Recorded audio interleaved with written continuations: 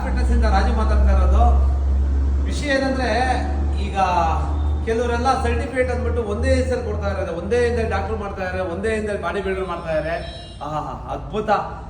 ನಿಮ್ಗೆ ನಾಚಿಕೆ ಆಗುತ್ತೋ ಆಗಲ್ಲ ಗೊತ್ತಿಲ್ಲ. ಇದನ್ನ ಮಾಡ್ತಾ ಇರೋರು ಸೀನಿಯರು ಜೂನಿಯರ್ ಇಬ್ರು ಸೇರ್ಕೊಂಡು ಮಾಡ್ತಾ ಇರಾ, ದುಡ್ಡು ಮಾಡೋಕ್ಕೋಸ್ಕರ ಮಾಡ್ತಾ ಇರ ಅಂತ 100% ಗೊತ್ತಿರೋದೆ.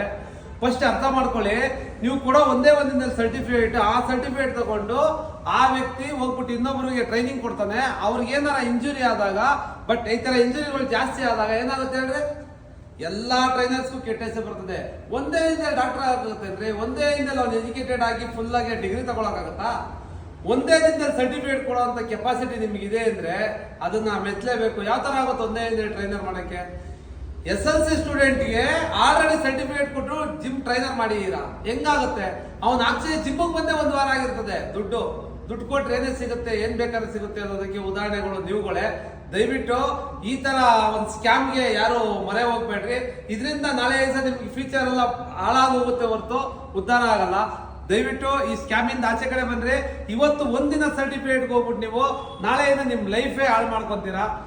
ಇದಕ್ಕೆ ಏನ್ ಕೇಳ್ತಾ ಇದೀನಿ ಅಂದ್ರೆ, ಈ ತರ ಸ್ಕ್ಯಾಮ್ ಇಂದ ತುಂಬಾ ಜನ ಬಂದಿದ್ದಾರೆ. ನನ್ನ ಜಿಮ್ ಇರುವಂತ ಸ್ಟೂಡೆಂಟ್ಗಳೇ ಸರ್ಟಿಫಿಕೇಶನ್ ಮಾಡ್ಕೊಂಡ್ ಬಂದಿದ್ದಾರೆ. ಅವರಿಗೆ ABCD ಗೊತ್ತಿಲ್ಲ ಅಂದ್ರೆ ಜಿಮ್ ಬಗ್ಗೆ ಏನು ಗೊತ್ತಿಲ್ಲದೆ ಇರೋರು ಸರ್ಟಿಫಿಕೇಟ್ ತಗೊಂಡು ನಾನು ಒಬ್ಬ ಸರ್ಟಿಫಿಕೇಟ್ ಟ್ರೈನರ್ ಅಂತ ಹೇಳ್ಕೊಂತ ಇದ್ದಾರೆ.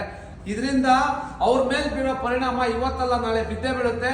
ಅದಕ್ಕಿಂತ ನಾವ್ ಯಾವತ್ತಿರೂ ಅದ್ರ ಬಗ್ಗೆ ತಿಳ್ಕೊಂಡು ಒಂದು ಸರ್ಟಿಫಿಕೇಟ್ ತಗೊಳ್ಳೋದ್ರಿಂದ ನಮ್ಗೆ ಯೂಸ್ ಇದೆ ಅಂತ ಹೇಳಕ್ ಇಷ್ಟಪಡ್ತೀನಿ.